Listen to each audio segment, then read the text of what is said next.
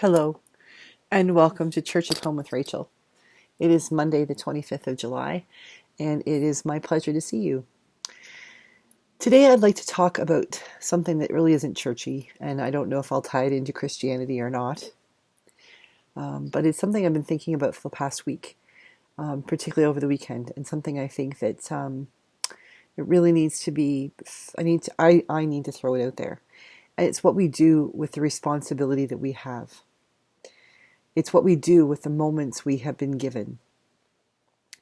I'd like to share with you a story. This is a book I got for Christmas a couple years ago called Extraordinary Canadians, Stories from the Heart of Our Nation, pulled together by Peter Mansbridge, who is a phenomenal news anchor, a Canadian.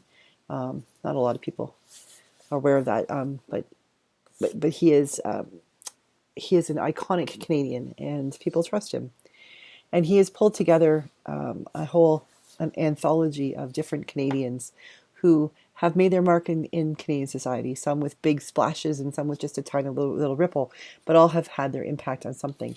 And this is one written by Matt Devlin. And in case you probably don't know who this is, he is the color commentator for the Toronto Raptors, the NBA team that won several years ago, won the big prize, the Larry O'Brien Prize, which is like the NBA equivalent to the Stanley Cup or the Vince Lombardi Trophy in the NFL. And he's talking about being the MC at the big welcome home parade at Nathan Phillips Square in Toronto. That's our big gathering space where people come together. It's near City Hall, and it's got a massive space where people for parades and rallies and things like that can gather. And when the Raptors came home hoisting the Larry O'Brien Trophy, this is where, after the parade, they gathered on the stage and the city and the country could celebrate them. Well, this gentleman, Matt Devlin, who was an American and became a Canadian citizen, and has a color commentator for many sports, but in particular for the Toronto Raptors, he was the MC for that day. And he says here, I was the MC, and it was an easy job. Introduce the players and the officials with their prepared speeches, and that's exactly the way it went, until it didn't. It was during the owner Larry Tannenbaum's remarks that I first realized something wasn't quite right. I was wearing a small earpiece, receiving instructions about the lineup of the stage show, when suddenly the person talking to me changed her tone. She said there was an emergency, and we had to stop the speech. Then she repeated herself. I could only see her across the other side of the stage, so I quickly raced behind those on stage to where she was standing. I told her that I had to know what the emergency was, because if I was to interrupt the speech, that what I said would depend on what was going on. Earlier, someone had fainted in the crowd, and the crowd was asked to make room for medical staff to get in. Was it another situation like that? Would I need to clear a section of fans? Would I need to ask for a pathway to be opened up for emergency workers? The person who had signaled me in my earpiece didn't know the answer, so she handed me the walkie-talkie to speak with security. They were very clear, very precise, and wasted no time. There's a gunman at the intersection of Queen and Bay Streets. That was only about 100 meters from where I was standing. They told me nothing else, but suddenly everything was very different. I moved rapidly toward the podium. Only seconds had passed. As I moved toward Mr. Tannenbaum, I repeated to myself these key thoughts.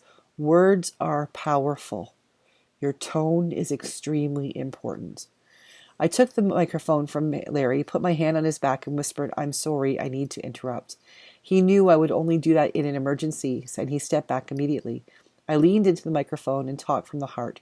We're here to celebrate, which we will. This is about love. It's about rejoicing. But I want everybody to just take a moment. Please stay strong. Stay together. There is an emergency. It is being dealt with. I talked for about a minute or so, repeating these key elements. My hope was to keep people calm, engaged, and in one place, and let them know that the situation was being handled. I deliberately never used the word gun. No one told me not to. I just knew that if I did mention a gun, it could easily create a situation much worse than what was already happening. It could cause panic and a human stampede. I could tell from my position that in and around the Bay and Queen corner there was already movement, and the last thing we needed was for it to intensify and spread across the whole square. I signaled to Mr. Tannenbaum that it was now okay to finish his remarks, and he did without commenting on my interruption. As I backed away from the podium, I looked at the array of players and politicians and officials perched on their stools on the stage. Not one had moved, not even the Prime Minister. Justin Trudeau, casual in jeans and a t-shirt, was sitting beside the giant 7-foot Raptor forward, Mark Gasol, and neither of them had budged. If any of them, and especially the Prime Minister, had suddenly moved or been moved off the stage after my remarks, that would have led, I am sure, to chaos. But that didn't happen. They, like the crowd, had been calmed. The whole episode lasted just minutes, and then the crowd and all those on stage were singing Freddie Mercury and Queen's "We Are the Champions" with heartfelt joy. We learned later that 4 people had been shot, but their injuries were not life-threatening, and 3 suspects were arrested within hours. A lot of people have since credited me with preventing a disaster that day. That's very kind, but let's be serious. It was the people of Toronto who didn't let a disaster happen. 3 gunmen, 4 people injured. A square with 1 million people gathered. Our Prime Minister on stage with other politicians and dignitaries and all of those famous sportsmen who had just won the biggest prize in the NBA. And no one moved. No one panicked. Everyone did what they should. You cannot convince me the Prime Minister wasn't aware of what was happening. Our security up here may not look like Secret Service in the States, but you have to know it is as serious. And they knew exactly what was going on. And I imagine the Prime Minister knew exactly what was going on. And everything needed to be handled in a dignified manner in which no one else would be injured, hurt, or scared.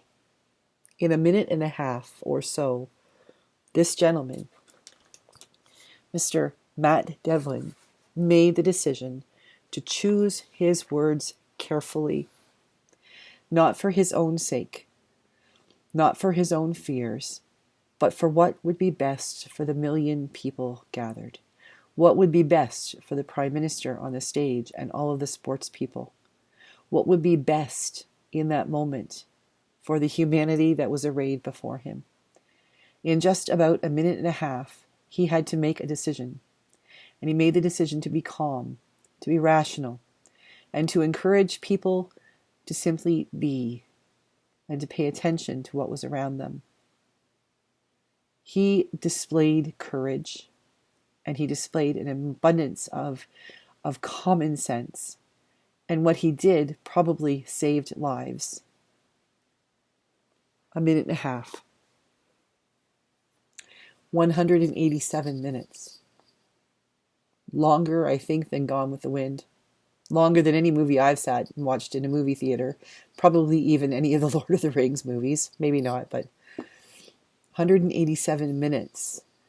The leader of the free world sat by and watched. Watched people who were going to die. Watched people who were ready to kill.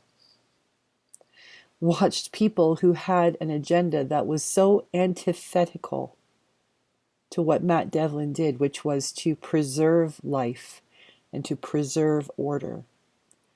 187 minutes of nothing.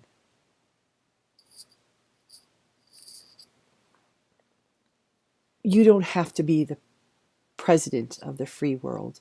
You don't have to be the prime minister of a country. You don't have to be the MC, the color commentator voice for a national basketball association team to be able to know and choose what to say and do in that minute and a half or that 187 minutes that you are faced with. Common decency tells us that we would make sure that the people around us are safe, that we would reach out with empathy to people, that we would want them to be safe, that we wouldn't want anyone to come into any kind of danger or death. It seems, I came across something the other day that talked about the importance of common sense. And back in the day when we all had common sense, and somebody came back and said, did we ever? I certainly think that there are periods of all of our lives when our brains are still developing and maybe we're thinking of other things, that common sense isn't so bloody common. However, we all grow up. And there is no viable excuse for the great majority of our society to not be able to recognize that common sense isn't common. Common sense would state that if you are the leader of a group of people who are willing, on your say-so, to go and hurt other people, then maybe they are also willing, on your say-so, to not hurt other people. Common sense would say that to cause a riot and chaos in the one place in your country where people look for leadership, where they look for hope and guidance, common sense would say that doesn't make any sense. Why would we do that? I don't want to speak about whether or not that particular person was a good leader or not. I know that there are many people who think he was. Obviously, I disagree.